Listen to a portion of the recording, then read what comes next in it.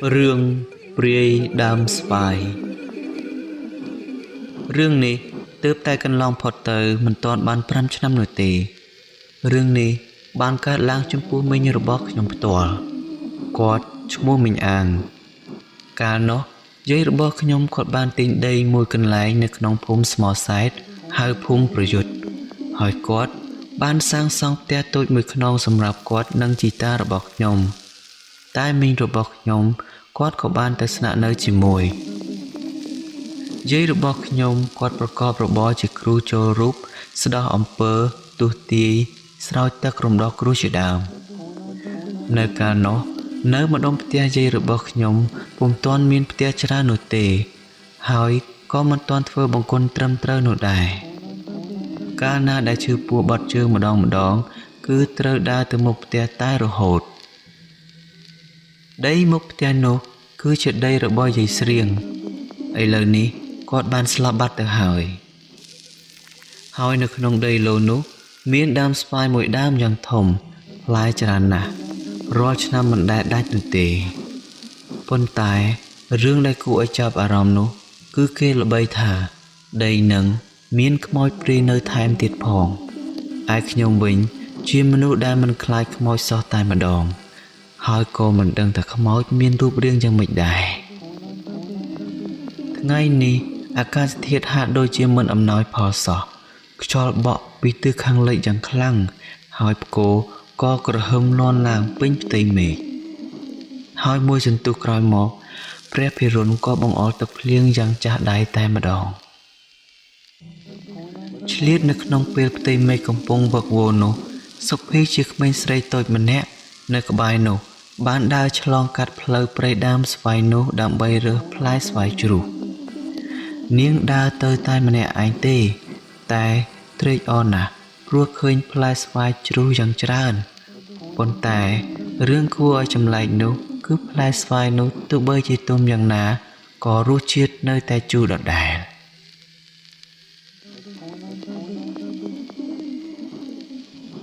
សុភីដើររើសស្វាយបណ្ដាច្រៀងលេងបណ្ដាស្រាប់តែអូយម៉ែជួយកូនផងឮតែប៉ុណ្ណេះ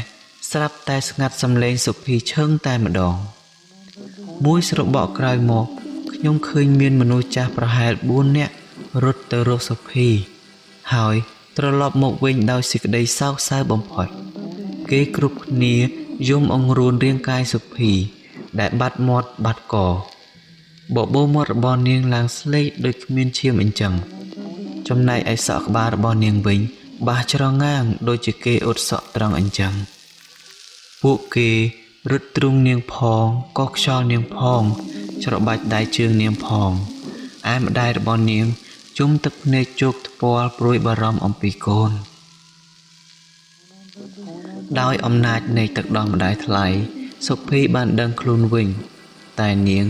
និយាយអត់រួចទេឃើញតែមាត់ហាហប់ដូចត្រីនៅក្នុងទឹកអញ្ចឹង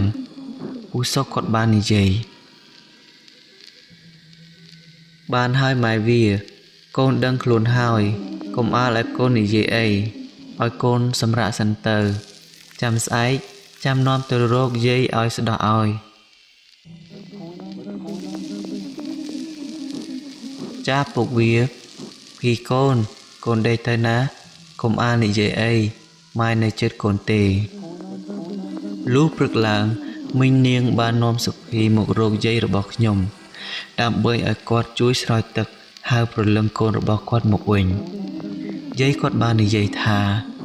កូននឹងប្រហែលជាត្រូវព្រីលងហើយមើលទៅសង្ស័យមីមួយដែលយាយដេញពីដើមអំពិលទៅមើលទៅមិនអីទេចាំយាយទៅមើលឲ្យ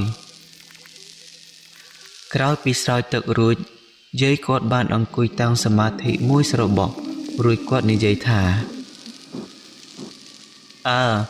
យាយបានសួរវាហើយគឺពិតជាមីព្រាយមួយដែលយាយដេញពីដើមអំពិលនឹងមែនតែវាបានប្រាប់ថាវាមិនបានលងនោះទេអ្វីត្បិតតែវានៅដើមស្វាយនឹងមែនតែថានាងតូចនេះសន្លប់ដោយសារតែឃើញអ្វីផ្សេងនោះទេតែយាយបានផ្ដាំវាឲ្យថាបើនៅតែលងធ្វើបាបអ្នក ភូមិនេះទៀតយាយនឹងមិនឲ្យវារស់ស្រួលនោះទេចៅកំភៃអេបានហើយនាំគ្នាត្រឡប់ទៅផ្ទះវិញទៅហើយកុំទៅលេងឬទៅរើសស្វាយនៅកន្លែងនឹងទៀតបានប្រហែលជា2អាទិត្យក្រោយមកនៅយប់មួយប្រហែលជាម៉ោង8យប់មីងរបស់ខ្ញុំគាត់ឈឺពោះបត់ជើងគាត់មិនបានដឹងពីរឿងនោះទេ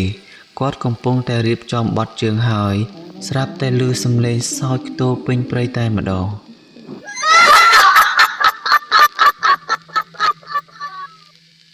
នរណាគេគាត់ស្រែកតបយ៉ាងខ្លាំងដើម្បីបន្លប់ភាពភ័យខ្លាចពេលនោះស្រាប់តែមានខ្យល់បក់យ៉ាងខ្លាំងធ្វើឲ្យគាត់ភ័យញាប់ញ័ររោងពេជ្រនោះស្រាប់តែលេចចេញរូបស្រីម្នាក់សម្បុរខ្មៅនៃក្រហមធំសក់វែងកន្ទ្រើងដូចមិនបានសិតរកខែអញ្ចឹងមិនយូរប៉ុន្មានក្បាលរបស់ស្រីម្នាក់នោះស្រាប់តែរីកធំទៅមីងរបស់ខ្ញុំស្លុតចិត្តបបោមាត់គាត់ឡើងពណ៌ស្វាយខ្លួនញាប់ដូចគ្រុនញាក់ឯសក់វិញបាសក្រញាងមុខស្លេកដូចត្រីស្ងោរគាត់ក៏ដួលសន្លប់មិនដឹងខ្លួនទៅប្រហែលជា10នាទីក្រោយមកប្តីរបស់គាត់មិនឃើញគាត់ត្រឡប់មកវិញក៏កើតក្តីបារម្ភក៏ដើរទៅមើលស្រាប់តែឃើញមីងរបស់ខ្ញុំសន្លប់នៅក្រោមដើមស្វាយគាត់ស្ទុះទៅបីត្រកងយកមីងរបស់ខ្ញុំត្រឡប់មកផ្ទះវិញមួយសន្ទុះក្រោយមកមីងរបស់ខ្ញុំក៏ដឹងខ្លួនវិញគាត់បាននិយាយរឿងរ៉ាវទាំងអស់នោះឲ្យអ្នកផ្ទះស្ដាប់យាយរបស់ខ្ញុំខឹងខ្លាំងណាស់គាត់ក៏បានប្រាប់ថាថ្ងៃស្អែកពួកវានាំខ្ញុំទៅកាប់មីចោលព្រីនឹងចោលម្ដងលុះព្រឹកឡើងយាយរបស់ខ្ញុំដើរទៅជាមួយតារបស់ខ្ញុំយាយរបស់ខ្ញុំស្ពាយថង់យាមពណ៌សមួយហើយតារបស់ខ្ញុំកាន់ពូថៅមួយទៅនៅពេលទៅដល់ដើមស្វាយនោះយាយរបស់ខ្ញុំគាត់ជេរព្រាយនោះតែម្ដងមីចោលព្រីហងឯងមិនលងអ្នកណាមកលងកូនអញទុកថ្ងៃមិនបានទេពេលនេះអ្នកណាប្រើវាឲ្យមករំខានអញធ្វើអីព្រីនឹងតបយើមីនេះបានសម្ដីណាណតាខ្ញុំគាត់បន្ទោម៉ែវាកាប់វាចោលទៅហងឯងចេញពីទីនេះឥឡូវនេះឲ្យឆាប់បើចង់សុខខ្លួនបើមិនអញ្ចឹងទេកុំថាអញមិនបានប្រាប់យាយរបស់ខ្ញុំនិយាយបណ្ដាហូតអំបោះសចេញពីថង់យាមបណ្ដាហងចេញឬមិនចេញអញមិនចេញធ្វើអីអញមិនបានទេ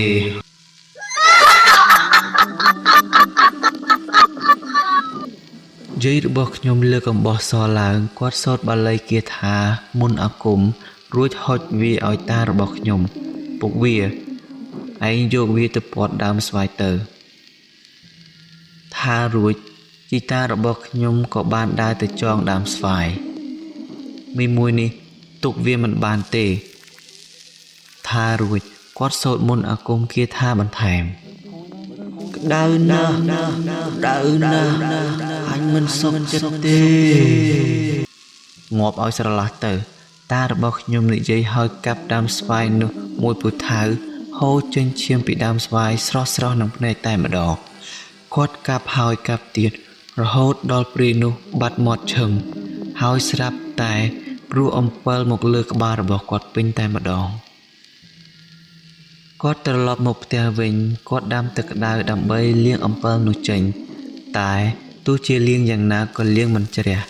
ទើបគាត់សម្រេចចិត្តកោរសក់ក្បាលរបស់គាត់ហើយគាត់ក៏លេងដុសសក់ចាប់តាំងពីពេលនោះតែម្ដង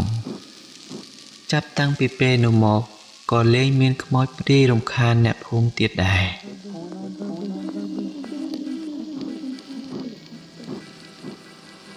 សូមអរគុណដល់ប្រិយមិត្តអ្នកស្ដាប់សំឡេងនិទានរឿងទាំងអស់